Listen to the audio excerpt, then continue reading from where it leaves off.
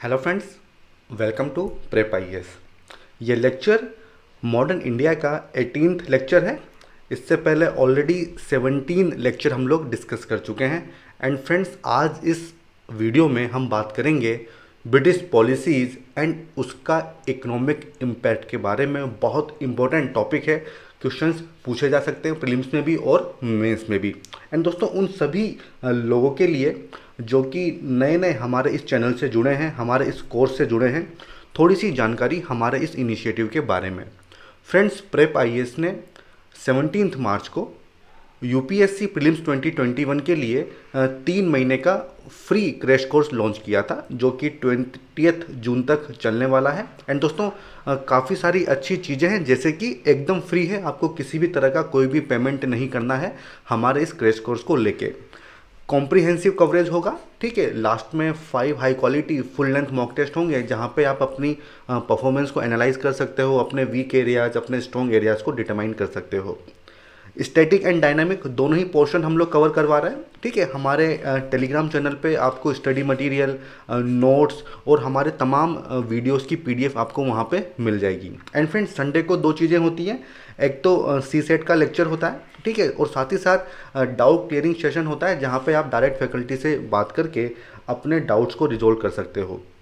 हमारी सबसे बड़ी स्ट्रेंथ है हमारी फैकल्टी, जिससे यूपीएससी टीचिंग का या फिर यूपीएससी एग्जामिनेशन का काफ़ी अच्छा एक्सपीरियंस है। भले ही वो प्रीलिम्स हो, मेंस हो या फिर इंटरव्यू हो, तो काफ़ी कुछ फ़ायदा आपको हमारे इस कोर्स से होने वाला है। एंड दोस्तों, हमारी आपसे रिक्वेस्ट होगी कि हमारे इस इनिशिएटिव को, हमारे इस फ्री क्रैश कोर्स को अपने ग्रुप्स में, अपने फ्रेंड सर्किल में इसको स्प्रेड कीजिए, शेयर कीजिए, ताकि मैक्सिमम लोगों को हमारे इस फ्री क्रैश कोर्स का फ़ायदा मिल सके। एंड दोस्तों, डिटेल्ड शेड्यूल अगर आप जानना चाहते हैं, रजिस्ट्रेशन लिंक आपको जानना है, हमारे टेलीग्राम चैनल का लिंक आपको जानना है, तो आपको कुछ नहीं करना है, डिस्क्रिप्शन बॉक्स में जाइए, वहाँ पे आपको सारे के सारे जो लिंक है वो मिल जाएंगे और वहाँ से आप सारी डिटेल को एक्सेस कर सकते हो।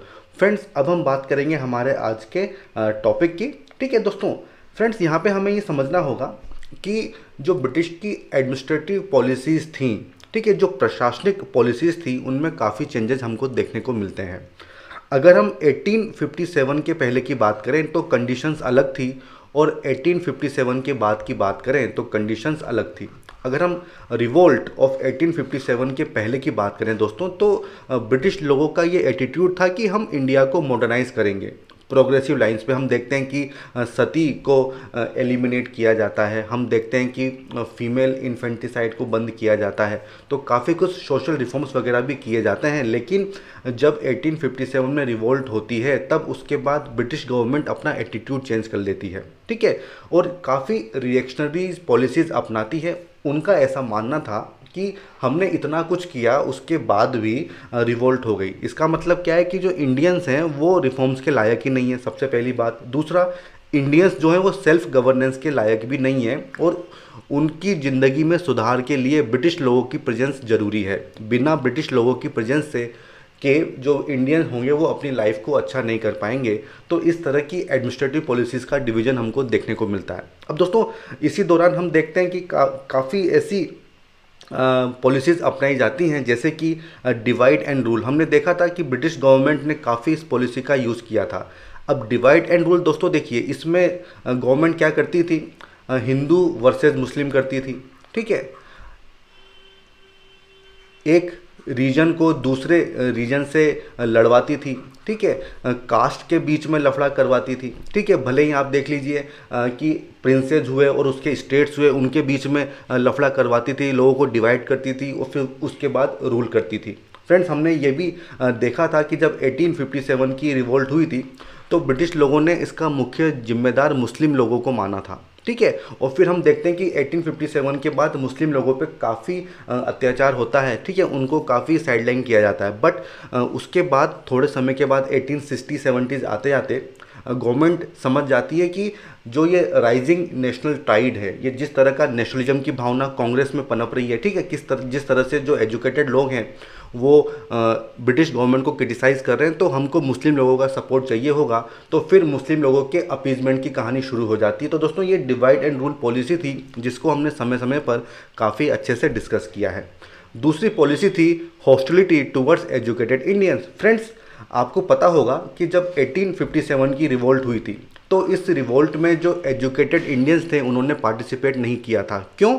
क्योंकि उनका ऐसा मानना था कि जो ब्रिटिश रूल है वो भारत के फेवर में है, ब्रिटिश लोग जो हैं भारत को मॉडर्नाइज कर देंगे, ठीक है। तो इसलिए एजुकेटेड इंडियंस ने पार्टिसिपेट नहीं किया था और ब्रिटिश लोग भी इनसे काफ़ी खुश थे। बट दोस्तों 1870 आते आते हम देखते हैं कि जो एजुकेटेड इंडियंस होते हैं उनको सच्चाई का पता चलता है, उनको समझ में आ जाता है कि जो इंडिया जो बैकवर्ड हो रहा है उसका मेन कारण ये ब्रिटिश लोगों की पॉलिसीज़ ही हैं। तो दोस्तों हम देखते हैं कि कांग्रेस की स्थापना होती है और इस समय से ही जो ब्रिटिश गवर्नमेंट है उसका एटीट्यूड फिर से चेंज होता है और वो एजुकेटेड इंडियंस को अपने विरोधी की तरह देखना स्टार्ट कर देती है, ठीक है। अगला आता है एटीट्यूड टूवर्ड्स जमींदार। फ्रेंड्स देखिए इतना तो गवर्नमेंट को समझ में आ गया था कि अगर हमें रूल करना है, अगर हमको इस इतनी बड़ी कंट्री को गवर्न करना है तो हमको कुछ क्लासेस को अपने फेवर में लेना होगा। और ये क्लासेस कौन सी थी? जमींदार। जमींदार को वो एक लॉयल क्लास की तरह ट्रीट करना चाहते थे ताकि समय आने पर जमींदार जो हैं वो ब्रिटिश लोगों का साथ दें। और हम देखते हैं कि जब 1857 की रिवोल्ट होती है तो उसमें जमींदार लोग साथ देते हैं और आगे भी कहीं बहुत सारे हमने नेशनल मूवमेंट देखे थे उसमें जमींदार लोग जो हैं वो ब्रिटिश गवर्नमेंट का साथ देते हैं। Next one is attitude towards social reforms. Friends हमने देखा था कि 1857 के पहले तो काफ़ी कुछ रिफॉर्म्स हुए थे। हमने देखा था कि सती प्रथा को हटाया गया था, हमने देखा था कि एजुकेशन के क्षेत्र में भी काम हुआ था, हमने देखा था कि फीमेल इन्फेंटिसाइड, विडो रीमैरिज, इन सब में काम हुए थे। लेकिन 1857 के बाद एकदम से सोशल रिफॉर्म्स करना बंद हो जाता है। क्योंकि ब्रिटिश गवर्नमेंट को ऐसा लगता है कि 1857 की जो रिवोल्ट हुई थी उसका मुख्य कारण ये भी था कि हमने जो सोशल रिफॉर्म्स किए हैं उससे इंडियंस लोग काफ़ी नाराज़ हैं। तो दोस्तों ये उनका एटीट्यूड था सोशल रिफॉर्म्स के प्रति। अगला आता है under developed social services. Friends हमने देखा था काफ़ी लेक्चर्स में कि जो ब्रिटिश लोग थे उनका पूरा फोकस था वॉर पे, ठीक है, लॉ एंड ऑर्डर को मेंटेन करना, तो उसी पे ज़्यादा एक्सपेंडिचर होता था। लेकिन जो सोशल सेक्टर थे जैसे कि हेल्थ, ठीक है, जैसे कि एजुकेशन, ठीक है, इस पे एक्सपेंडिचर काफ़ी कम होता था। एंड हमने देखा भी था कि जो मॉडरेट्स लोग थे उनकी डिमांड थी कि आप जो सोशल सेक्टर है उस पर आप ज़्यादा एक्सपेंडिचर करो, जो वॉर वाला एक एरिया है उसमें आप कम एक्सपेंडिचर करो। तो ये चीज़ें थी ब्रिटिश एडमिनिस्ट्रेटिव पॉलिसीज़ में। अब हम देखेंगे दोस्तों लेबर लेजिस्लेशन के बारे में। मींस जो मज़दूर लोग थे जो कारखानों में काम करते थे उनके लिए काफ़ी कुछ रूल्स बनाए गए थे। इन पे डायरेक्ट क्वेश्चन पूछा जाता है मेंस में भी और प्रीलिम्स में भी, और बहुत इंपॉर्टेंट है। फ्रेंड्स जो इंडिया में लेबर की कंडीशन थी उस समय वो कुछ अच्छी नहीं थी। जैसे कि वेजेस काफ़ी कम थे, मतलब उनको मजदूरी काफ़ी कम मिलती थी, ठीक है। जहाँ पे जिन एरियाज़ में वो रहते थे वहाँ पे वेंटिलेशन नहीं होता था, अंधेरे वाले एरियाज़ होते थे, ठीक है। और ये सब चीज़ आपने पढ़ी होगी जब इंडस्ट्रियल रिवॉल्यूशन चलता है यूरोपियन कंट्रीज़ में, ब्रिटेन में, तो वहाँ पे भी शुरुआत में ऐसी कंडीशन होती है। तो आप मान लीजिए वैसी की वैसी कंडीशन ही भारत में भी थी, ठीक है। वेजेस कम थे, काफ़ी लंबे समय तक लॉन्ग वर्किंग आवर्स होते थे, ठीक है, ज़्यादा घंटों तक काम करना होता था। तो काफ़ी एक भयावह स्थिति भारत में भी थी। अब दोस्तों ये जो डिमांड थी कि लेबर के लिए लेजिस्लेशन होना चाहिए, ये डिमांड दोस्तों इंडिया से नहीं आई थी, ये डिमांड आई थी ब्रिटेन से ही। जो वहाँ की लैंकशायर टेक्सटाइल कैपिटलिस्ट लॉबी थी उन्होंने सबसे पहले डिमांड की थी कि इंडिया में जो फैक्ट्रीज में वर्कर्स काम करते हैं उनकी कंडीशन को रेगुलेट करने की ज़रूरत है। अब दोस्तों आप सोच रहे होंगे कि ऐसा क्यों। फ्रेंड्स देखिए जो ब्रिटिश एरिया में जो टेक्सटाइल इंडस्ट्रीज थी उनका मटेरियल थोड़ा महंगा होता था, ठीक है, जबकि इंडिया में उस समय चीप मटेरियल मिलता था, तो वो उनको बहुत तगड़ा कंपटीशन देता था।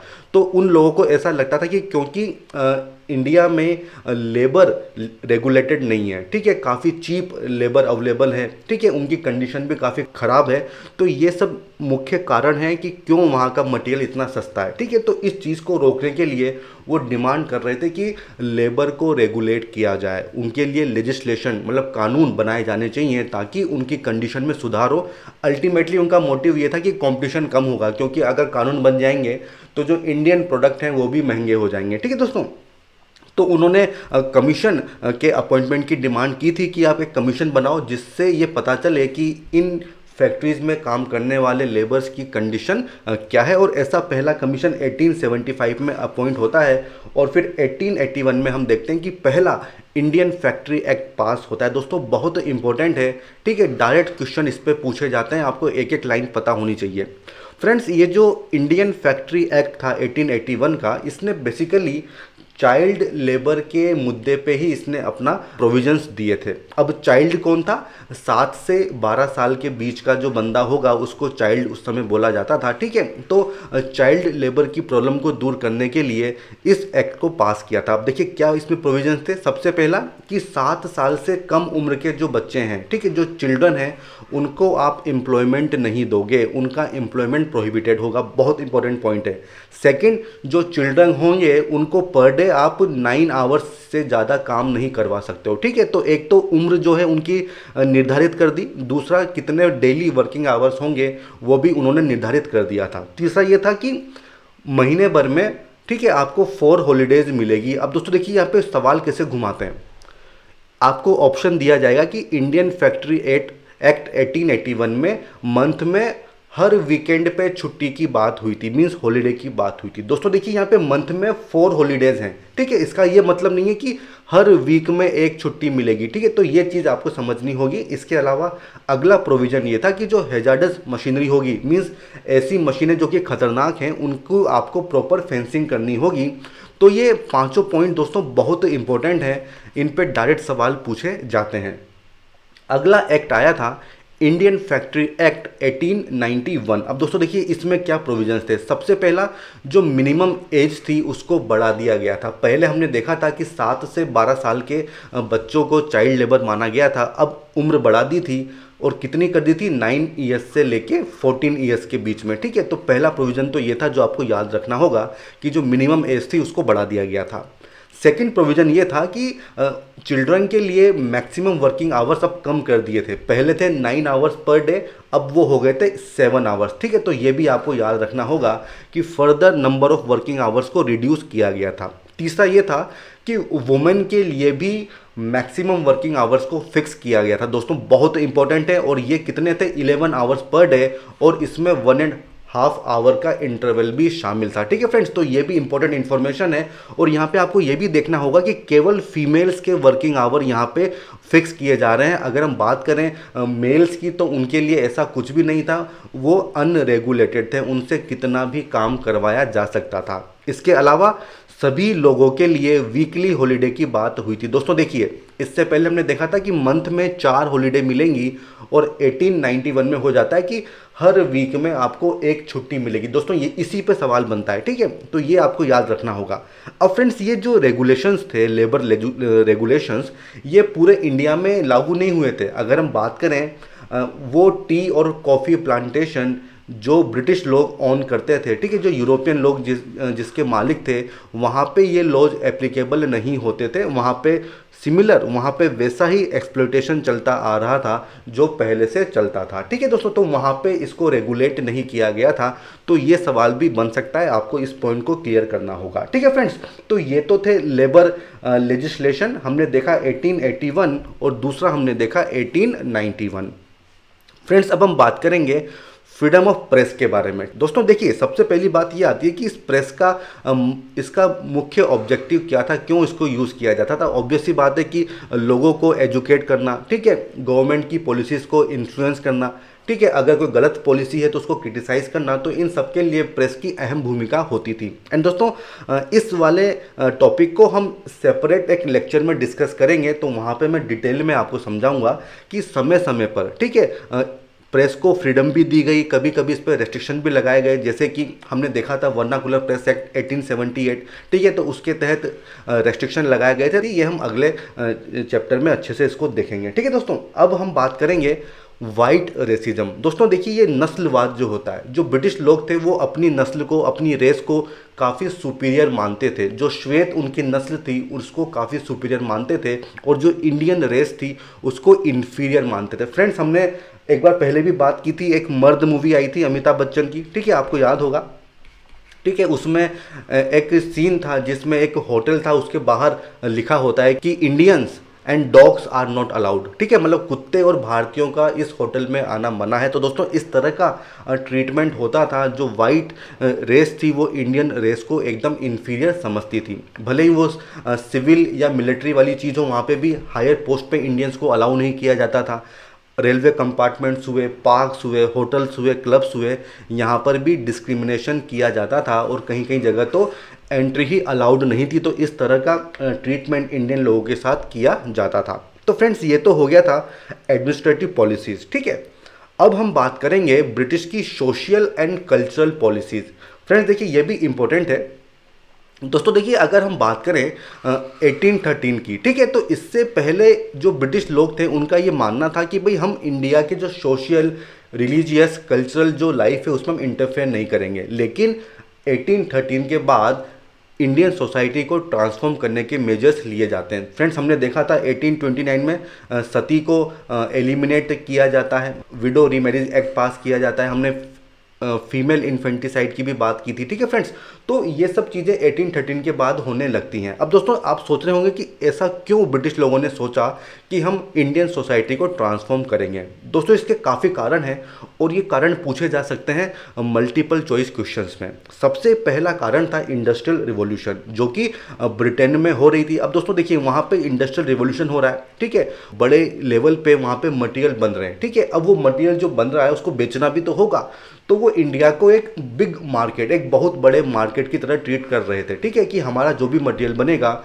हम वो सारा मटेरियल ले जाके इंडिया में बेच देंगे। ठीक है फ्रेंड्स, तो अब देखिए अगर हमको इंडिया को मार्केट बनाना है तो हमको हमारी चीज़ों के प्रति उनकी आदत भी तो लगानी होगी। ठीक है, तो इसके लिए हमको वहाँ पे पार्शियल मॉडर्नाइजेशन करना होगा ताकि जो इंडियन लोग हैं वो ज़्यादा से ज़्यादा मात्रा में ब्रिटिश जो गुड्स हैं उनको खरीद सकें। ठीक है दोस्तों, तो ये तो पहला पॉइंट था। दूसरा, ये वो समय था जहाँ पे इंटेलेक्चुअल रिवॉल्यूशन हो रहा था। ठीक है, ह्यूमनिज्म की बात होती थी।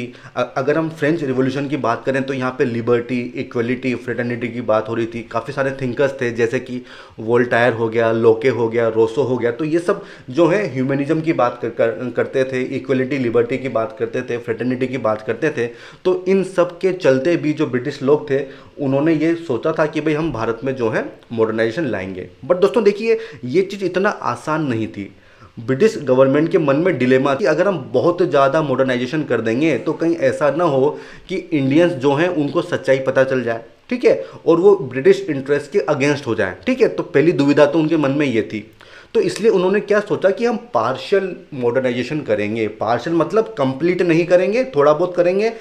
ठीक है, उसको बोला गया था कॉलोनियल मॉडर्नाइजेशन करेंगे, मतलब जो ब्रिटेन के इंटरेस्ट में होगा केवल उतना ही हम मॉडर्नाइजेशन करेंगे। जैसे कि रेलवे को इंट्रोड्यूस किया गया था। अब दोस्तों रेलवे क्यों बनाई गई थी? ताकि जो ब्रिटिश गुड्स हैं उनको भारत के हर कोने में पहुंचाया जा सके। ठीक है, तो दोस्तों इसलिए पार्शियल मॉडर्नाइजेशन की बात यहाँ पे होती है। जब हम एजुकेशन की बात करते हैं तो शुरुआत में केवल जो टॉप लेवल के लोग थे, ठीक है, जो अपर क्लास के लोग थे, उन्हीं को एजुकेशन देने की बात हुई थी। क्यों? क्योंकि ये उनको सूट करता था।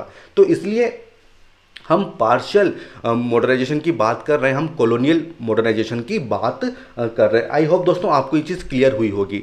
अब दोस्तों यहाँ पे हमको क्रिश्चियन मिशनरीज को भी समझना होगा। ये वो लोग थे जो कि भारत में आके क्रिश्चियन जो रिलीजन था उसको बढ़ावा देना चाहते थे, क्योंकि उनका ऐसा मानना था कि जो क्रिश्चियन रिलीजन है वो सुपीरियर रिलीजन है और इसके स्प्रेड के लिए वेस्टर्नाइजेशन को स्प्रेड करना काफ़ी ज़रूरी है। अब दोस्तों ऐसा वो क्यों सोचते थे? क्योंकि अगर जब तक वेस्टर्न कल्चर भारत में नहीं आएगा तब तक इंडियन लोगों का जो फेथ है उनके खुद के रिलीजन पे, कल्चर पे, वो हटेगा नहीं। तो इसलिए वो चाहते थे कि वेस्टर्नाइजेशन भारत में आए और उसके साथ साथ जो हमारा क्रिश्चियन जो धर्म है उसको भी हम यहाँ पे फैला देंगे। फ्रेंड्स जैसे हम अगर आज भी बात करें तो जैसे वैलेंटाइन डे है, ठीक है, हम फादर्स डे मनाते हैं, तो ये सब वेस्टर्न कल्चर है जो भारत में लाया गया था। दोस्तों इसके बाद ब्रिटिश रिट्रीट, ये हम देखते हैं, ये भी इंपॉर्टेंट है। फ्रेंड्स देखिए 1858 से पहले हमने देखा था कि थोड़ा सा मॉडर्नाइज करने की कोशिश होती है, सोशल रिफॉर्म्स करने की कोशिश होती है, ठीक है, लेकिन 1858 के बाद में दोस्तों ये बंद हो जाता है।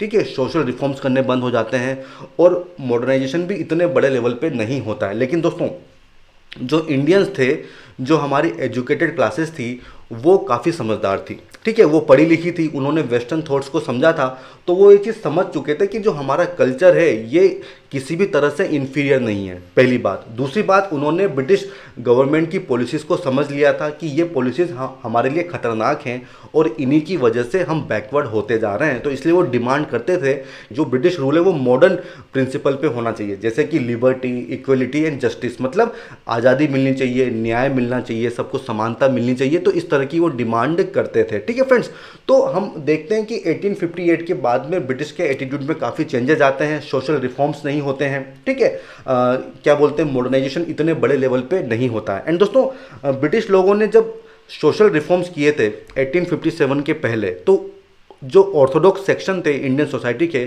उन्होंने काफ़ी क्रिटिसाइज़ किया था ब्रिटिश लोगों को। ठीक है, तो 1858 के बाद ब्रिटिश लोग इन ऑर्थोडॉक्स का साथ देने लग गए थे, और साथ ही साथ जो कास्टिज्म था, ठीक है, मतलब कास्ट के आधार पे लोगों को बांटना, कम्युनलिज्म मतलब हिंदू वर्सेस मुस्लिम करना, धर्मों के बीच में लड़ाई करवाना, तो ये वो फॉलो करने लग गए थे। तो इसको कहा गया था ब्रिटिश रिट्रीट, मतलब जो शुरुआत में ब्रिटिश पॉलिसीज थी उसमें काफ़ी चेंजेस हमको देखने को मिलते हैं। अब दोस्तों अगला आता है प्रिंसली स्टेट्स के प्रति ब्रिटिश लोगों की क्या पॉलिसी थी। दोस्तों ये हमने टुकड़ों में इसको काफ़ी बार इसको देखा है, इसके लिए हम ऑलरेडी एक अलग चैप्टर में काफ़ी डिटेल में इसको समझने की कोशिश करेंगे। यहाँ पे हम केवल इतना समझेंगे कि प्रिंसली स्टेट के प्रति ब्रिटिश की जो पॉलिसी थी वो 2 पॉइंट पॉलिसी थी, उसके 2 ऑब्जेक्टिव थे। सबसे पहला कि जो प्रिंसली स्टेट्स हैं, ठीक है, जो राजा महाराजा हैं, इनको एम्पायर के लिए एक बुलवर्क की तरह काम करना है, मतलब एक बफर की तरह क्रिएट करना है। मींस अगर कोई रिवोल्ट होता है तो ये जो प्रिंसली स्टेट होंगे ये हमारा साथ देंगे। ठीक है, तो ये एक लॉयल क्लास होगी जो कि ब्रिटिश इंटरेस्ट को प्रमोट करेगी। तो पहली पॉलिसी तो उनकी ये थी। और दूसरा कि उनको सबऑर्डिनेट करना है, means subordinating them completely to British authority, means वो इंडिपेंडेंट नहीं होंगे। ठीक है, इसको कहा गया था पॉलिसी ऑफ सबऑर्डिनेट यूनियन, मतलब जो ब्रिटिश इंटरेस्ट होंगे उन्हीं को वो लोग फॉलो करेंगे। तो ये उनकी 2 पॉइंट पॉलिसी थी, उनको एक तरह का बफर की तरह एक्ट किया गया था। दोस्तों हमने देखा था कि 1857 की जो रिवॉल्ट हुई थी, ठीक है, उसमें काफ़ी प्रिंसली स्टेट्स ने ब्रिटिश गवर्नमेंट का साथ दिया था, रिवोल्ट में पार्टिसिपेट नहीं किया था। ठीक है फ्रेंड्स, तो इसके बाद 1857 में ये जो एनेक्सेशन वाली पॉलिसी होती है इसको त्याग दिया जाता है, इसको छोड़ दिया जाता है। ठीक है दोस्तों, तो ये छोटी मोटी चीज़ें जो ऑलरेडी आपको पता है। फ्रेंड्स, अब हम बात करेंगे ब्रिटिश लोगों की फॉरेन पॉलिसी के बारे में। दोस्तों देखिए, ये जो ब्रिटिश की जो फॉरेन पॉलिसी थी उसका मेन एम क्या था कि जो ब्रिटिश इंपीरियलिज्म है उसको हमको प्रमोट करना है, मींस हमको अपनी टेरिटरी को एक्सपेंड करना है। ठीक है, तो इसके लिए जरूरी था कि जो नेबरिंग कंट्रीज हैं वहाँ पे आप जाके उनकी टेरिटरीज को एक्वायर करोगे। ठीक है फ्रेंड्स, तो इससे होता क्या था कि इंडिया और जो नेबरिंग कंट्रीज थी उनके बीच में काफ़ी कॉन्फ्लिक्ट होता था। जैसे कि हमने देखा इंडो बर्मा वॉर हमने देखी थी, हमने अफगान देखा था, हमने नेपाल देखा था। तो ये सब इसका कारण क्या था कि ब्रिटिश लोगों की जो इंपीरियल पॉलिसी थी कि किसी भी तरह से हमको अपने एरिया को एक्सपेंड करना है कि ताकि ज़्यादा से ज़्यादा रिसोर्सेज हमको मिल सकें, बहुत बड़ा मार्केट हमको मिल सके। तो ये सब चीज़ें हम देखते हैं ब्रिटिश की फॉरेन पॉलिसी में। अब दोस्तों ये जो कॉन्फ्लिक्ट हो रहा था, ठीक है, ये जो एक्सपेंशन हो रहा था इसमें काफ़ी चीज़ें थी जिसकी वजह से एक्सपेंशन हो रहा था। सबसे पहला दोस्तों, क्योंकि अगर हम इंडिया की बात करें तो इंडिया का उस समय तक पॉलिटिकल एंड एडमिनिस्ट्रेटिव कंसोलिडेशन हो चुका था। ठीक है, साथ ही साथ हमने ये भी देखा था कि ट्रांसपोर्टेशन के मीन्स, कम्युनिकेशन के मीन्स डेवलप हो चुके थे, तो एक जगह से दूसरी जगह जाना काफ़ी आसान था। ठीक है, जो उनका मेन एम था वो कहाँ था, एशिया में, अफ्रीका में। तो दोस्तों वहाँ को उसको एक्वायर करना काफ़ी ज़रूरी था उनके लिए। ठीक है, ये पहला पॉइंट है। इसके अलावा जो इंडियन एम्पायर को कंट्रोल कर लिया है उसको प्रोटेक्ट भी तो करना है जो दूसरी हमारी नेबरिंग कंट्रीज हैं। तो ये इसके चलते भी कॉन्फ्लिक्ट्स होते थे। इसके अलावा जो ब्रिटिश के कमर्शियल इकोनॉमिक इंटरेस्ट हैं उसको एक्सपेंड करना, ये ऑलरेडी मैं आपको बता चुका हूँ। ठीक है दोस्तों, और साथ ही साथ क्योंकि इंडिया को दूसरी यूरोपियन पावर से बचाना था तो इसके चलते काफ़ी कॉन्फ्लिक्ट्स होते थे। तो इसको हम देखते हैं ब्रिटिश फॉरेन पॉलिसी के तहत। ठीक है दोस्तों, तो इन पर सवाल पूछे जा सकते हैं मल्टीपल चॉइस क्वेश्चन में कि ये जो फॉरेन कंट्रीज से कॉन्फ्लिक्ट क्यों होते थे। अब दोस्तों देखिए, ये जितने भी कॉन्फ्लिक्ट होते थे इनमें अल्टीमेटली तो ब्रिटिश लोगों का ऑब्जेक्टिव सर्व किया जाता था, उनके इंटरेस्ट को सर्व किया जाता था, लेकिन ब्रिटिश लोगों के लिए लड़ता कौन था? इंडियंस। ठीक है, जो खून बहता था वो भारतीयों का बहता था, और जो पैसा खर्च होता था वो भी इंडियंस का बहता था। तो दोस्तों देखिए, इस तरह से काफ़ी एक्सप्लॉयटेशन होता था इंडियंस का, इंडियन रिसोर्सेज का, ब्रिटिश के खुद के पर्सनल इंटरेस्ट के लिए। फ्रेंड्स, अब हम बात करेंगे इकोनॉमिक पॉलिसीज़ की, जो इकोनॉमिक इम्पैक्ट हुआ ब्रिटिश रूल का, वो हम समझने की कोशिश करेंगे। दोस्तों देखिए, यहाँ पे हमें ये चीज़ समझनी होगी कि ब्रिटिश लोगों से पहले जितने भी इन्वेडर्स भारत में आए थे वो भारत में या तो समा गए, ठीक है, उन्होंने कभी भी भारत की जो इकोनॉमी थी उसमें स्ट्रक्चरल चेंजेस लाने की कोशिश नहीं की थी। ठीक है, जो चलता आ रहा था वही चल रहा था, थोड़े बहुत रिफॉर्म्स वहाँ पे किए थे। ठीक है, और कोई भी ऐसा नहीं था कि जो इंडिया की वेल्थ को जो है पूरा ड्रेन करके अपने देश में ले गया हो। ठीक है, जो लोग आए उन्होंने यहाँ यहीं पे वो बस गए और यहाँ की वेल्थ को यहीं के लोगों के लिए लगा दिया था। ठीक है फ्रेंड्स, तो ये चीज़ हमें समझनी ज़रूरी होगी कि क्या डिफरेंस था जो शुरुआत के इन्वेडर्स थे और ब्रिटिश लोगों के बीच में। फ्रेंड्स, ये जो हम स्ट्रक्चरल चेंजेस की बात करते हैं, इसका मतलब क्या है कि जो इंडियन इकोनॉमी थी ब्रिटिश लोगों के आने से पहले, वो पूरी की पूरी तब्दील हो गई थी कॉलोनियल इकोनॉमी में। मतलब अब जो ब्रिटिश इकोनॉमी के इंटरेस्ट होंगे उसी को सर्व करेगी इंडियन इकोनॉमी। इसको कहा गया था कॉलोनियल इकोनॉमी। फ्रेंड्स, आपको उदाहरण के माध्यम से समझाता हूँ। ब्रिटेन में इंडस्ट्रियल रिवॉल्यूशन चल रही थी, तो उसके लिए उनको रॉ मटेरियल चाहिए था। ठीक है, जो कच्चा माल था वो उनको चाहिए था, तो इसके लिए पूरे इंडिया की इकोनॉमी उन्होंने चेंज कर दी। इंडिया जो पहले एक्सपोर्टर था, ठीक है, बनाए हुए मटेरियल का, अब वो हो गया था रॉ मटेरियल का सप्लायर। ठीक है, तो इस तरह से काफ़ी सारे स्ट्रक्चरल चेंजेस लाए गए थे इंडियन इकोनॉमी में, उसको एक कॉलोनियल इकोनॉमी बना दिया गया था। फ्रेंड्स, अगर हम बात करें कि देखिए ये जो कितने बड़े लेवल पे एक्सप्लॉयटेशन हुआ था, तो 18वीं सेंचुरी की शुरुआत में इंडिया की जो इकोनॉमी थी वो वर्ल्ड इकोनॉमी का 23% थी। दोस्तों देखिए, मतलब एक चौथाई पार्ट थी, आप इसको 25% मान सकते हैं।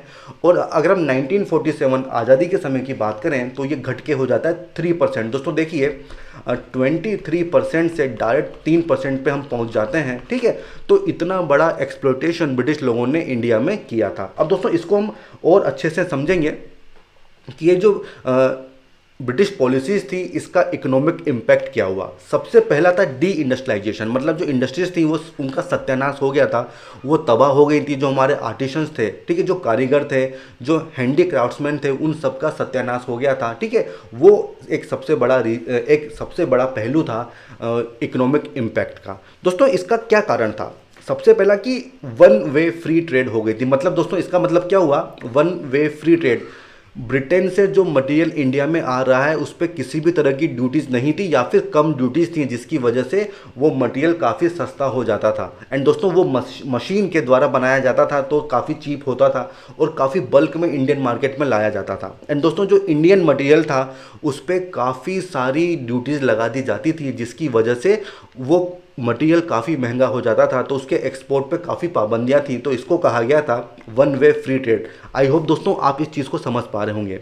जब चार्टर एक्ट ऑफ 1813 आया था तो उसमें दोस्तों जो ईस्ट इंडिया कंपनी थी उसकी मोनोपोली ख़त्म कर दी गई थी। ठीक है, पार्शियल रूप से। ठीक है, तो इसके साथ ही इंडियन मार्केट में एकदम फ्लडिंग हो गई थी cheap and machine made imports products का। ठीक है फ्रेंड्स, इसी को कहा गया था वन वे फ्री ट्रेड। और इससे हुआ क्या, जो इंडियन प्रोडक्ट्स थे वो कॉम्पीट नहीं कर पाए। ठीक है, और 1820 आते आते दोस्तों जो यूरोपियन मार्केट था वो पूरा का पूरा वर्चुअली बंद हो गया था इंडियन एक्सपोर्ट्स के लिए। और इसके अलावा रेल नेटवर्क भारत में आ चुका था, और उससे क्या होता था कि देश के कोने कोने में यूरोपियन प्रोडक्ट्स जो हैं वो भेजे जाते थे। फ्रेंड्स, तो आपसे सवाल पूछा जा सकता है कि जो रेलवे नेटवर्क आया था उसका मुख्य पर्पज़ क्या था? फ्रेंड्स, उसका मुख्य पर्पज़ ये था कि जो यूरोपियन प्रोडक्ट्स बन गए हैं उनको हमको देश के कोने कोने में पहुंचाना है, और जो रॉ मटेरियल है उसको हमको यूरोप में पहुंचाना है। केवल इसलिए रेलवे नेटवर्क का यूज़ किया गया था। तो अगर हम समराइज़ करें कि भारत जो पहले एक नेट एक्सपोर्टर था वो बन चुका था एक नेट इम्पोर्टर। और इससे हुआ क्या कि जो हमारे आर्टिशंस थे, जो हमारे हैंडीक्राफ्ट्स थे, जो कि इन कारखानों में काम करते थे, उनकी तबाही हो गई थी। ठीक है फ्रेंड्स, इसके बाद दूसरा पहलू ये था कि ब्रिटिश लोगों ने किसी भी तरह से मॉडर्न इंडस्ट्रियलाइजेशन को बढ़ावा नहीं दिया था। फ्रेंड्स, देखिए, एक तरफ तो हमारी जो इंडस्ट्रीज़ थी वो तबाह हो रही थी, लेकिन इसकी भरपाई करने के लिए मॉडर्न इंडस्ट्रीज़ को भी नहीं लगाया गया था उस समय में। तो इसका नुकसान होता है हमारे आर्टिशंस को, हमारे हैंडीक्राफ्ट्समैन को। अब उनके पास रोज़गार के साधन नहीं होते हैं। ठीक है फ्रेंड्स, अब हम बात करेंगे रूरलाइजेशन की। मीन्स लोग अब शहरों से गांवों की तरफ भाग रहे थे। दोस्तों देखिए, ऑब्वियस सी बात है कि जब सिटीज़ में इंडस्ट्रीज़ नहीं होंगी, ठीक है, वहाँ पे रोज़गार नहीं होगा, तो ये लोग कौन थे जो सिटीज़ में रहते थे? ये सब गांव के लोग थे जो कि रोज़गार की तलाश में, एम्प्लॉयमेंट की तलाश में शहरों में जाते थे। बट क्योंकि शहरों में अब रोज़गार नहीं था, वहाँ की जो इंडस्ट्रीज़ थी वो तबाह हो चुकी थी, इनका मूवमेंट जो है होने लगा सिटीज़ से विलेजेस की तरफ। मतलब शहर से ये लोग गाँव की तरफ आने लगे, और क्या वहाँ पे रोज़गार था? केवल खेती करना होगा। तो दोस्तों ऑलरेडी हमारा जो एग्रीकल्चर था वो बैकवर्ड था, उस पर प्रेशर बढ़ता गया। और दोस्तों ये सबसे बड़ा कारण था ब्रिटिश रूल के दौरान पॉवर्टी का। क्यों? क्योंकि मैक्सिमम लोग खेती पे डिपेंडेंट थे और खेती प्रॉफिटेबल नहीं थी, उस पर प्रेशर काफ़ी बढ़ रहा था। तो इसलिए लोग जो हैं गरीब होते जा रहे थे।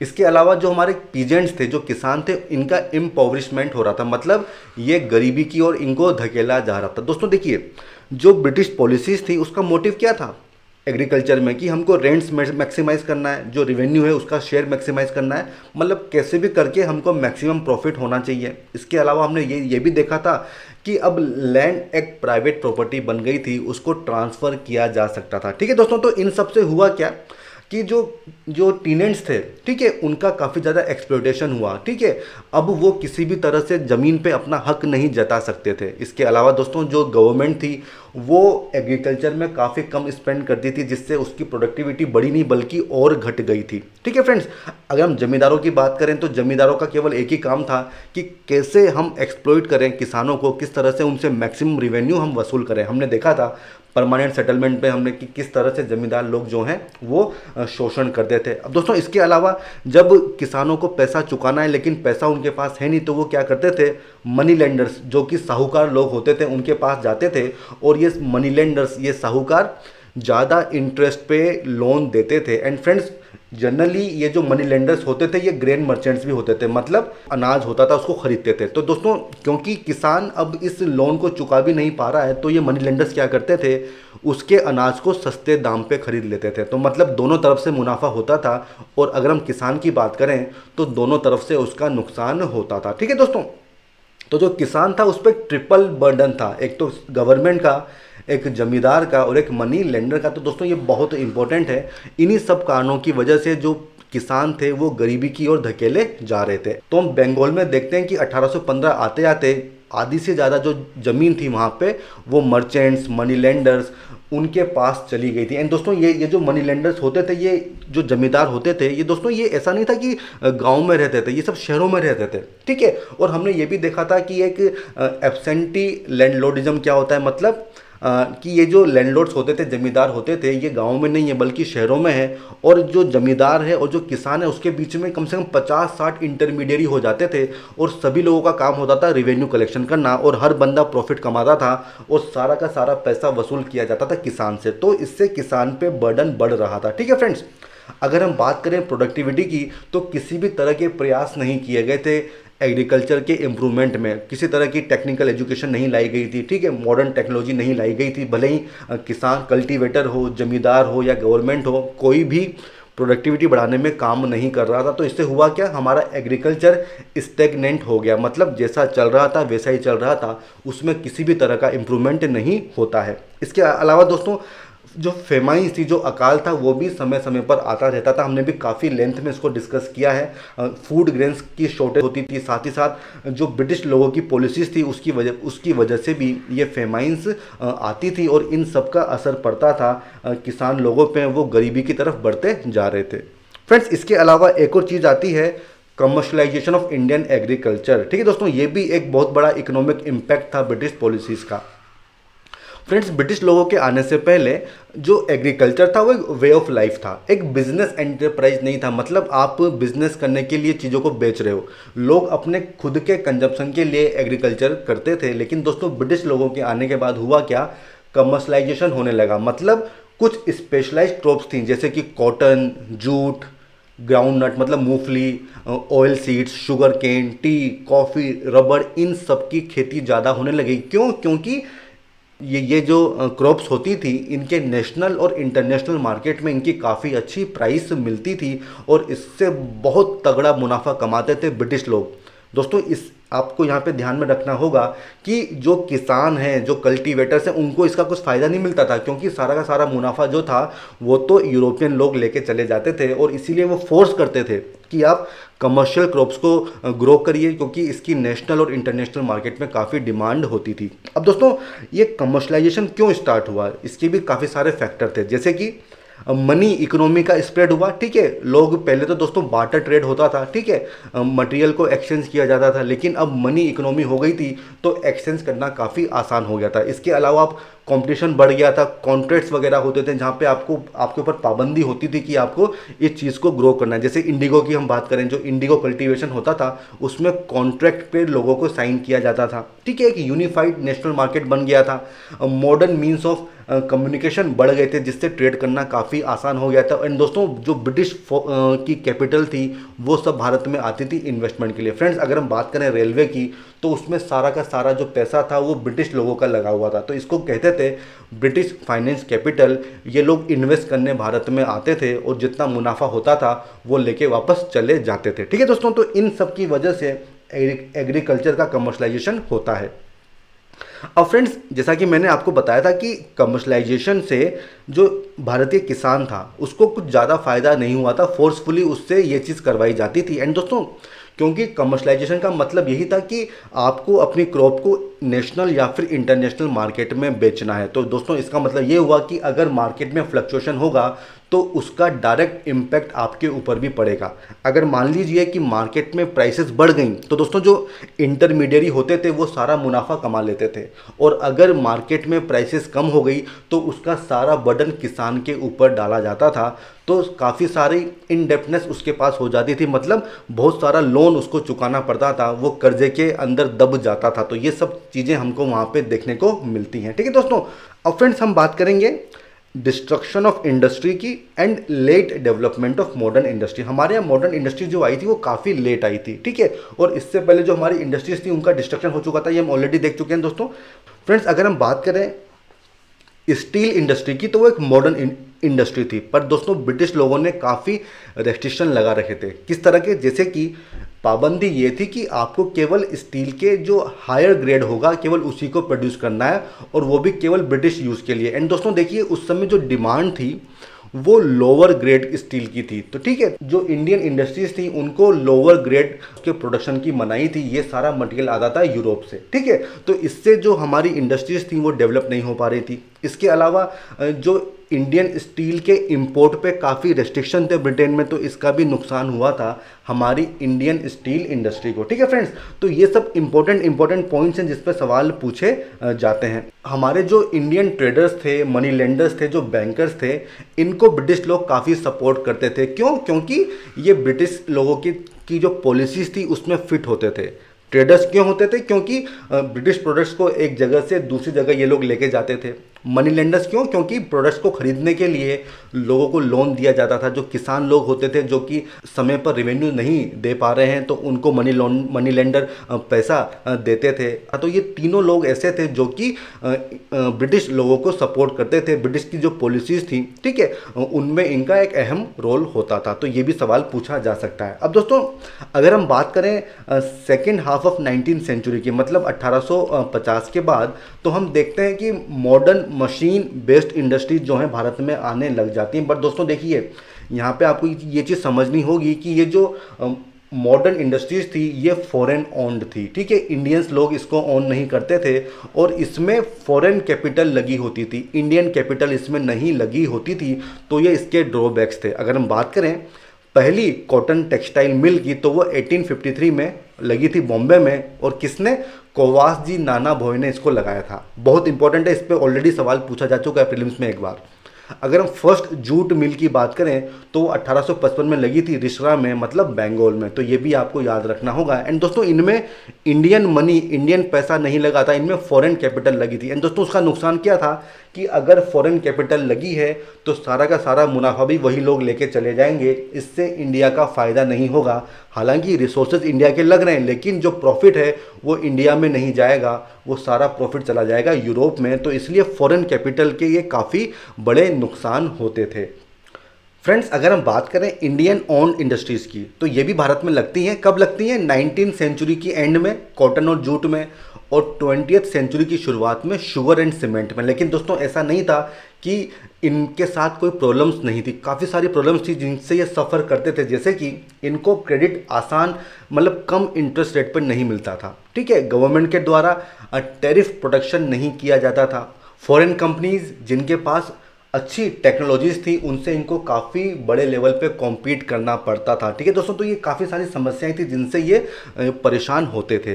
एंड दोस्तों जो ब्रिटिश लोग थे उन्होंने core and heavy industries, power generation industries, इनको निगलेक्ट किया था। तो ये सवाल पूछा जा सकता है, सवाल क्या बनेगा कि ब्रिटिश लोगों ने कोर और हेवी इंडस्ट्रीज़ को प्रमोट किया था। तो दोस्तों जवाब होगा नहीं। हमने देखा था कि आज़ादी के बाद जब नेहरू गवर्नमेंट होती है तो वो कोर एंड हेवी इंडस्ट्रीज़ को बढ़ाने की बात करती है। एंड दोस्तों कुछ ही एरियाज़ को प्रमोट किया गया था, तो इससे रीजनल डिस्पैरिटीज़ भी देखने को मिलती है। तो ये सभी वो इंपॉर्टेंट पॉइंट्स हैं जिस पे सवाल बन सकते हैं, ठीक है दोस्तों।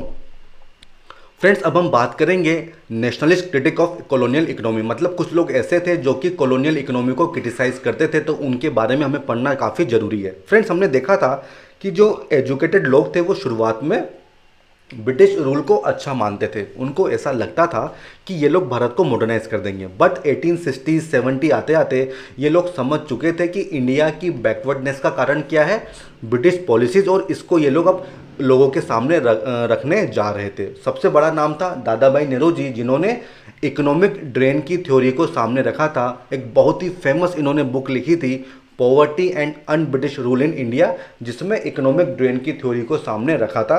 एंड दोस्तों इनके अलावा और भी लोग थे जैसे कि MG रानाडे, RC दत्त, जिनकी बुक है the economic history of India, इस पर सवाल पूछा जा सकता है, गोपाल कृष्ण गोखले, सुब्रमण्यम अय्यर, पृथ्वी चंद्र रे। तो ये सब उस समय के प्रख्यात इकोनॉमिक्स थे जिन्होंने कॉलोनियल इकोनॉमी को क्रिटिसाइज किया था। दोस्तों इनका ऐसा मानना था कि जो 19वीं सेंचुरी का कॉलोनियलिज्म हो रहा है, इसकी असेंस क्या है, इसका मुख्य ऑब्जेक्टिव क्या है।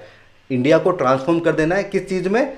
रॉ मटेरियल के सप्लायर में, ठीक है। इंडिया को एक मार्केट में तब्दील कर देना है ताकि जो यूरोपियन प्रोडक्ट्स हैं वो इंडिया में भर भर के आ जाएं। तीसरा ये था कि जो इंडिया है वो ब्रिटिश कैपिटल का इन्वेस्टमेंट सेंटर बन जाएगा, जितनी भी फॉरेन कैपिटल होगी वो सब आके भारत में अब इन्वेस्ट की जाएगी, ठीक है दोस्तों। तो इन सब चीज़ों को वो समझ चुके थे और इसीलिए वो कहते थे कि इंडिया की जो बैकवर्डनेस है उसका मुख्य कारण क्या है? British policies.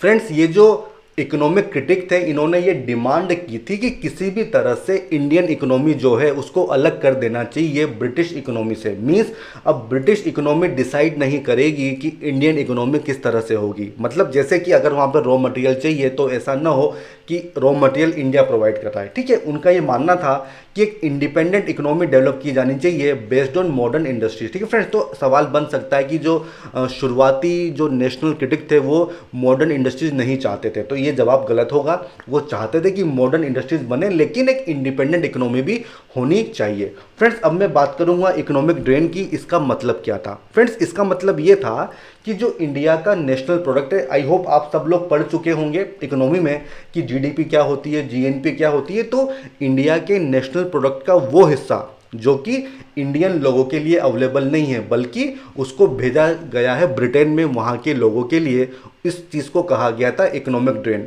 फॉर एग्जांपल दोस्तों, जैसे कि जो ब्रिटिश ट्रूप्स भारत में बने हुए हैं उनको सैलरी देनी है, उनको पेंशन देनी है। अब ये पैसा कहाँ से आ रहा है? ये इंडियन रिसोर्सेज से आ रहा है, लेकिन ये पैसा इंडियंस के काम में नहीं आ रहा है बल्कि जो यूरोपियन है उनके काम में आ रहा है। तो इसको कहा गया था इकोनॉमिक ड्रेन, ठीक है। For example salaries, pension of civil military officials, ठीक है। जो इंडियन गवर्नमेंट ने लोन लिए हुए हैं उस पर इंटरेस्ट, ठीक है। फॉरेन इन्वेस्टमेंट के जो प्रॉफिट हो रहे हैं, ये सब चीज़ें इकोनॉमिक ड्रेन में होती थी। दोस्तों देखिए, मान लीजिए कि जैसे कोई टेक्सटाइल मैन्युफैक्चर है, कहाँ पे? ब्रिटेन में, ठीक है। अब उसने क्या किया? सस्ते दामों पे इंडिया से रॉ मटेरियल खरीदा, ठीक है। तो पहली बात तो उसको मुनाफा हुआ, ठीक है। अब उसने क्या किया, जो मटेरियल बना इस सस्ते रॉ मटेरियल से, उसको उसने फिर से इंडिया में बेच दिया अच्छे दामों में, तो वहाँ पर भी उसको प्रॉफिट बना। और फिर उसके बाद उसने क्या किया, ये जो प्रॉफिट उसके पास आ गया है, इस प्रॉफिट को फिर से उसने इंडिया में रेलवे में इन्वेस्ट कर दिया, ठीक है, और इससे फिर उसने प्रॉफिट कमाया। तो दोस्तों देखिए पूरा साइकिल चल रहा था। तो इससे जो हमारे इकोनॉमिक क्रिटिक थे वो इस चीज़ को समझ चुके थे, तो इस चीज़ को उन्होंने कहा था इकोनॉमिक ड्रेन, ठीक है फ्रेंड्स। तो इस तरह से एक के बाद एक करके वही पैसा भारत में आके फिर से इन्वेस्ट हो रहा है, और हमारी जो रिसोर्सेज हैं, जो हमारा रेवेन्यू है, वो पूरा जा रहा था ब्रिटेन में। इस चीज़ को कहा गया था इकोनॉमिक ड्रेन। फ्रेंड्स, ये जो इकोनॉमिक क्रिटिक थे, इनका ये मानना था कि इंडिया की बैकवर्डनेस के जो कारण है वो मैन मेड है, और सबसे बड़ा कारण कौन है, ब्रिटिश लोग, उनकी जो पॉलिसीज़ हैं उसकी वजह से आज इंडिया जो है वो बैकवर्ड है। और दोस्तों उन्होंने इसको एक नेशनल इशू बना दिया था। इन्होंने ये डिमांड की थी कि हमें इंडस्ट्रियलाइजेशन चाहिए, लेकिन दोस्तों ये जो इंडस्ट्रीज बनेंगी इसमें हमें फॉरेन कैपिटल नहीं चाहिए, बल्कि इसमें हमको इंडियन कैपिटल ही चाहिए। तो दोस्तों ये तमाम वो चीज़ें हैं जो हमें याद रखनी होंगी, ठीक है फ्रेंड्स। अब अगला टॉपिक है growth of trade and railways to help Britain. दोस्तों देखिए जो ब्रिटेन के लोग थे वो ये कहते थे कि भाई ये जितना भी फॉरेन ट्रेड की ग्रोथ हो रही है, जो रेलवे वगैरह बन रहा है, तो इसका बेनिफिट जो है वो इंडियंस को ही जाएगा। लेकिन दोस्तों इसको उन्होंने एक्सपोज किया था। उनका ये कहना था कि ये जो फॉरेन ट्रेड की जो पैटर्न है ये इंडिया के लिए फेवरेबल नहीं है। इंडिया पहले क्या था, एक सप्लायर था, किस चीज़ का, बने हुए मटेरियल का, मैन्युफैक्चर्ड गुड्स का। लेकिन अब इंडिया को आपने केवल रॉ मटेरियल सप्लायर बना दिया है। तो ये जो फॉरेन ट्रेड का जो पैटर्न है ये हमारे इंडिया के फेवर में नहीं है, ठीक है। जो इंडिया की जो इंडस्ट्रियल नीड्स हैं उसको आप फुलफिल नहीं कर रहे हो। जहाँ तक रेलवे की बात है दोस्तों, तो रेलवे का जो मुख्य इंटेंशन था डेवलप करने का वो ये था कि किस तरह से फॉरेन गुड्स को भारत के कोने कोने में पहुंचाया जाए, ताकि जो इंडिजिनस प्रोडक्ट हैं उसको साइडलाइन कर दिया जाए, ठीक है दोस्तों। और इस रेलवे में जो भी स्टील, मशीनरी या कैपिटल इन्वेस्टमेंट था वो सब जो है ब्रिटिश लोगों के ही फायदे का था। तो इस चीज़ से उन्होंने ये चीज़ बताने की कोशिश की थी कि जो ट्रेड की ग्रोथ हो रही है, जो रेलवे बनाया गया है, इसका फ़ायदा इंडिया के लिए नहीं है, बल्कि इसका जो फ़ायदा है वो ब्रिटिश लोगों के लिए ही है। ब्रिटिश लोग जो कहते थे कि इंडिया में हम लोग इंडस्ट्रियल रिवॉल्यूशन कर रहे हैं, दोस्तों वो चीज़ गलत थी। उनका ये कहना था कि आप इंडिया में कमर्शियल रिवॉल्यूशन कर रहे हो, वो भी अपने खुद के इंटरेस्ट के हिसाब से, ना कि एक इंडस्ट्रियल रिवॉल्यूशन। फ्रेंड्स इन सब पे क्वेश्चन बन सकते हैं, ठीक है। उन्होंने ये भी कहा था कि एक वन वे फ्री ट्रेड हो गया है, टैरिफ पॉलिसी है, जिससे जो इंडिया की जो हैंडीक्राफ्ट इंडस्ट्री है वो तबाह हो रही है। हम ऑलरेडी इसको काफ़ी डिटेल में समझ चुके हैं, ठीक है। उन्होंने ये भी कहा था कि जो गवर्नमेंट का एक्सपेंडिचर है वो केवल कॉलोनियल नीड्स को सर्व कर रहा है, वॉर पे, इन सब पे काफ़ी पैसा खर्च होता है, लेकिन डेवलपमेंट, वेलफेयर जो पॉलिसीज़ होती है उस पर काफ़ी कम पैसा यहाँ पे खर्च हो रहा है। दोस्तों अब हम बात करेंगे stages of colonialism in India. 3 stages हमको देखने को मिलती है। फर्स्ट स्टेज थी 1757 से 1813 के बीच में। इसको क्या बोला जाता है, the period of merchant capital या फिर मर्केंटिलिज्म भी इसको कहा जाता है। हम ऑलरेडी इसके बारे में फर्स्ट लेक्चर में हमारे बात कर चुके हैं।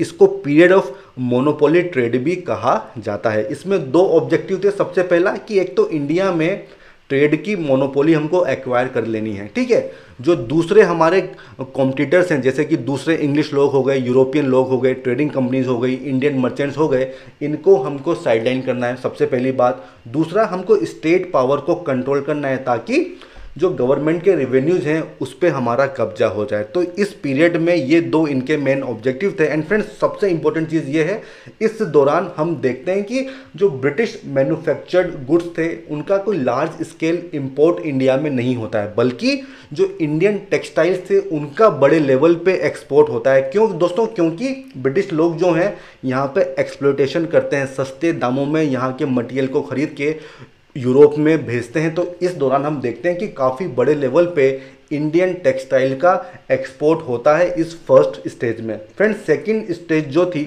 वो 1813 से लेके 1860 के बीच में थी, और इसमें दोस्तों ट्रेड के थ्रू एक्सप्लॉयटेशन किया जाता है।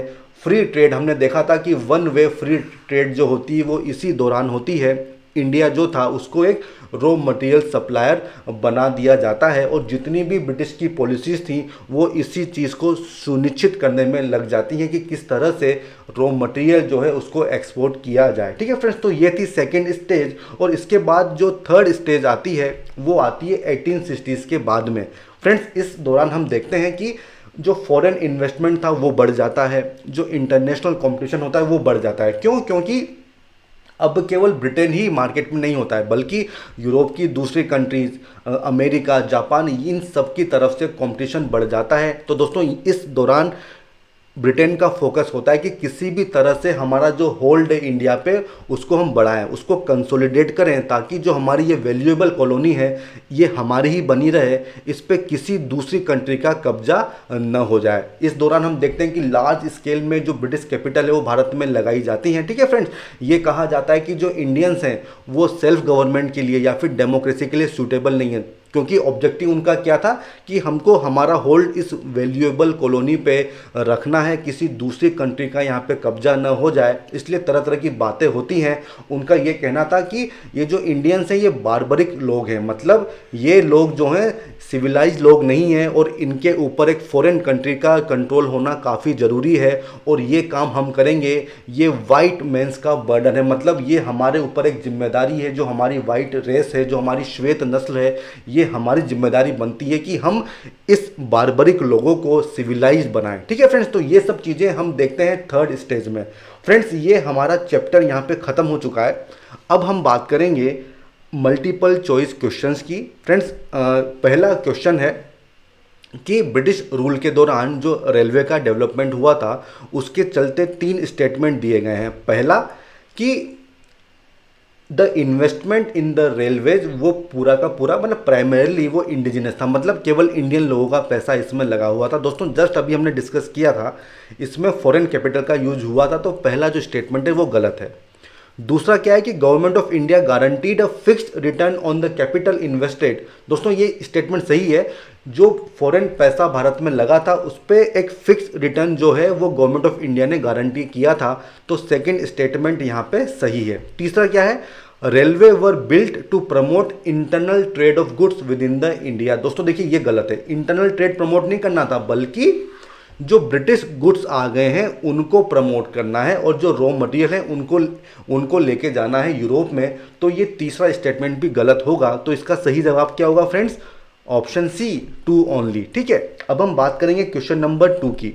यहाँ पे पूछा गया है कि by the end of 18th century India के जो एक्सपोर्ट थे वो बढ़ गए थे इंपोर्ट से, इसका मुख्य कारण क्या था? दोस्तों जस्ट अभी हमने फर्स्ट स्टेज में डिस्कस किया था, इसका आंसर क्या हो जाएगा? Option D, East India company's practice of purchasing Indian goods from the revenue of Bengal and exporting them. दोस्तों ये हमने फर्स्ट स्टेज में देखा था कि किस तरह से जो सस्ते दामों पे मटेरियल को खरीदा जाता था और फिर उसको एक्सपोर्ट कर दिया जाता था, तो ऑप्शन डी इसका सही जवाब होगा।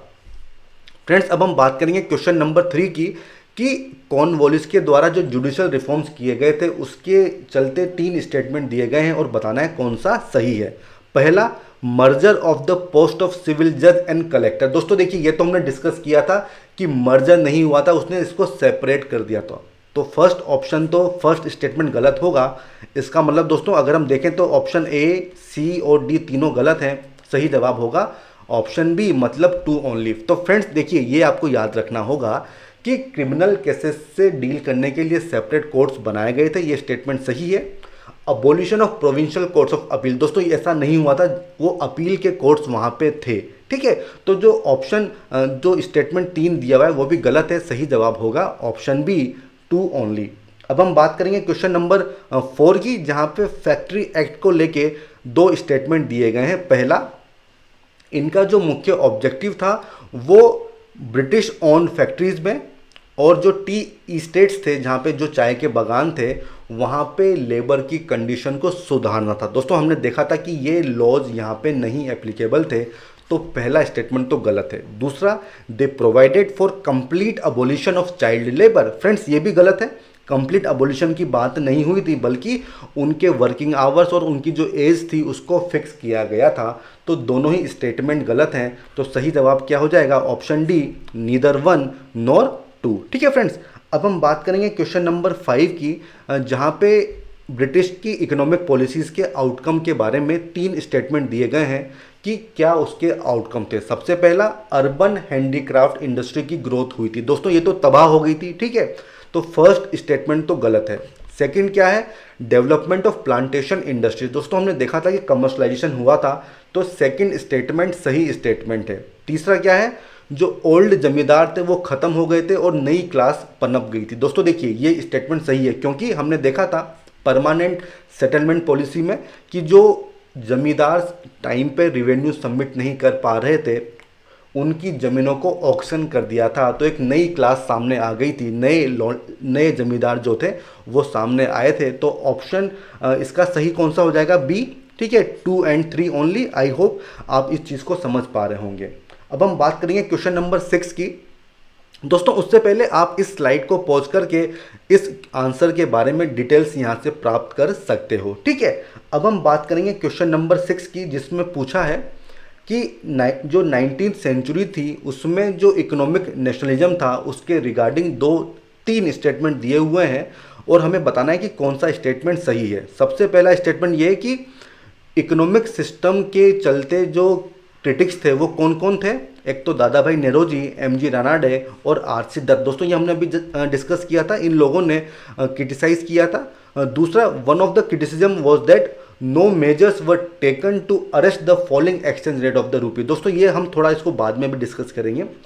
तीसरा पॉइंट क्या है, कंप्लीट अबोलिशन ऑफ कैपिटलिज्म इन्होंने कहा था। दोस्तों देखिए इन्होंने ये कहा था कि मॉडर्न इंडस्ट्रीज लगाई जानी चाहिए लेकिन पैसा इंडियन होना चाहिए। तो ऑप्शन 3 भी, जो स्टेटमेंट 3 है वो भी गलत हो जाएगा, ठीक है फ्रेंड्स। तो तीसरा गलत है, पहला सही है। अब दोस्तों ये जो दूसरा स्टेटमेंट है ये भी सही है। उन्होंने ये भी कहा था कि जो एक्सचेंज रेट कम हो रही है, जो भारतीय मुद्रा है वो वीकन हो रही थी, जो भारतीय रुपया था वो गिर रहा था, ठीक है फ्रेंड्स। तो इससे फ़ायदा किसको हो रहा था, इंग्लैंड को फ़ायदा हो रहा था, जबकि जो इंडियंस थे उसको इसका नुकसान हो रहा था। आपने अच्छे से इसको पढ़ा होगा कहाँ पे, इकोनॉमी में। तो दोस्तों सेकंड जो स्टेटमेंट है वो भी सही है। इसका सही जवाब क्या हो जाएगा, ऑप्शन सी, ठीक है फ्रेंड्स। अब हम बात करेंगे क्वेश्चन नंबर 7 की, जिसमें पूछा गया है कि जो इकोनॉमिक ड्रेन के जो मेथड्स थे उसमें होम चार्जेस क्या थे। फ्रेंड्स ये बहुत इंपॉर्टेंट है, इस पे ऑलरेडी सवाल पूछा जा चुका है यूपीएससी में कि ये होम चार्जेस क्या थे। फ्रेंड्स देखिए जो इकोनॉमिक ड्रेन की थ्योरी रखी गई थी उसमें डिफरेंट एलिमेंट्स को डिवाइड किया गया था। होम चार्जेस का मतलब था expenditure incurred in England bye secretary of state on behalf of India, ठीक है। इंडिया के बिहाफ पे जितना भी खर्चा इंग्लैंड में हो रहा है उसको होम चार्जेस कहा गया था। जैसे कि ईस्ट इंडिया कंपनी के जो शेयर होल्डर्स थे उनको जो प्रॉफिट दिया जा रहा है वो इसमें आता था, ठीक है। पब्लिक डेब्ट पे जो इंटरेस्ट मिलता था वो इसमें आता था, ठीक है। जो इंडियन ऑफिस के इस्टेब्लिशमेंट थे लंदन में उनके जितने भी खर्चे थे वो इसमें शामिल होते थे।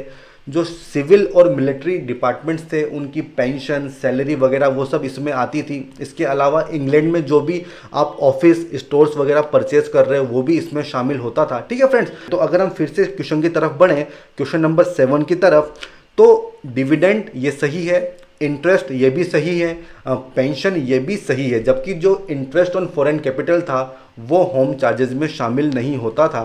तो सही जवाब क्या हो जाएगा, ऑप्शन ए, ठीक है फ्रेंड्स। तो ये स्लाइड हमारे लिए बहुत इंपॉर्टेंट है, ठीक है। इसको आप पॉज करके इसके नोट्स बनाइए, काफ़ी इंपॉर्टेंट है हमारे प्रीलिम्स के पॉइंट ऑफ व्यू से। अब हम बात करेंगे क्वेश्चन नंबर 8 की, जहाँ पे पूछा गया है कि ब्रिटिश रूल की वजह से जो इकोनॉमिक इम्पैक्ट हुआ था उसमें 3 स्टेटमेंट दिए हुए हैं। सबसे पहला, 1901 से 1941 के बीच में पॉपुलेशन जो डिपेंड करती थी एग्रीकल्चर पे वो बढ़ गई थी। दोस्तों ऑब्वियसली बात है, ये तो सही ही होगा। दूसरा, जो रूरल आर्टिसन इंडस्ट्रीज थी वो बहुत रैपिडली डेवलप होती हैं रेलवे के आने के बाद। दोस्तों ये गलत स्टेटमेंट है, वो तो बर्बाद हो जाती हैं। तीसरा क्या है, Indian industrial efforts shifted towards setting up of heavy and capital goods industry. दोस्तों हमने डिस्कस किया था जो कोर एंड हैवी इंडस्ट्रीज थी उन पे बिल्कुल भी ध्यान नहीं दिया गया था, तो ये स्टेटमेंट भी गलत होगा, ठीक है फ्रेंड्स। तो सही जवाब क्या होगा, ऑप्शन ए ओनली, ठीक है फ्रेंड्स। अब हम बात करेंगे क्वेश्चन नंबर 9 की, जहाँ पे हमें 3 लेजिस्लेशन दिए हुए हैं और उसके प्रोविजंस को हमको मैच करना है। फैक्ट्री एक्ट ऑफ 1881, इसमें कहा गया है कि वुमेन के एम्प्लॉयमेंट को मना किया गया था नाइट में। दोस्तों ये तो कोई बात नहीं थी, हमने डिस्कस किया था, ये गलत है। सेकंड क्या है 1891, इसमें 9 साल से कम उम्र के बच्चों पे पाबंदी लगाई थी। दोस्तों ये स्टेटमेंट सही है। तीसरा है 1911 का फैक्ट्री एक्ट, जिसमें एडल्ट मेल के लिए मैक्सिमम वर्किंग आवर्स फिक्स किए थे। दोस्तों ये स्टेटमेंट सही है, ठीक है, हम इसको अगली स्लाइड में देखेंगे। सही जवाब क्या हो जाएगा, option D 2 and 3 only. Friends ये जो 1911 में जो इंडियन फैक्ट्री एक्ट आया था, उसमें जो एडल्ट मेल थे उसके वर्किंग आवर को फिक्स किया था 12 आवर्स पर डे। इसके अलावा चिल्ड्रंस की एज को आपको सर्टिफिकेट सबमिट करना होगा। तो ये दो इंपॉर्टेंट प्रोविजंस थे 1911 के फैक्ट्री एक्ट में, ठीक है फ्रेंड्स। अब हम बात करेंगे क्वेश्चन नंबर 10 की, जिसमें पूछा गया है कि ब्रिटिश रूल के दौरान जो किसानों की कंडीशन खराब हुई थी उसके क्या फैक्टर्स थे। सबसे पहला एक्सेसिव लैंड रेवेन्यू डिमांड, दोस्तों ये सही है। दूसरा क्या है कि जो मनी लेंडर, जो साहूकार होते थे, वो ज़्यादा ब्याज जो है उसकी दर रखते थे। फ्रेंड्स ये भी सही है, हमने डिस्कस किया था। तीसरा क्या था कि लैंड जो थी वो ट्रांसफ़र आप कर सकते हो। फ्रेंड्स ये भी हमने देखा था, ये भी सही है। तो इसका सही जवाब क्या हो जाएगा, option D 1, 2 and 3 only. Friends यहीं पे हमारी आज की क्लास ख़त्म होती है। आई होप आपको ये लेक्चर अच्छा लगा होगा। अगर आपके कोई सजेशन हो तो आप कमेंट सेक्शन में मुझे बता सकते हो। फ्रेंड्स हम फिर मिलेंगे एक नए वीडियो के साथ, तब तक के लिए गुड बाय, थैंक यू, ठीक है फ्रेंड्स।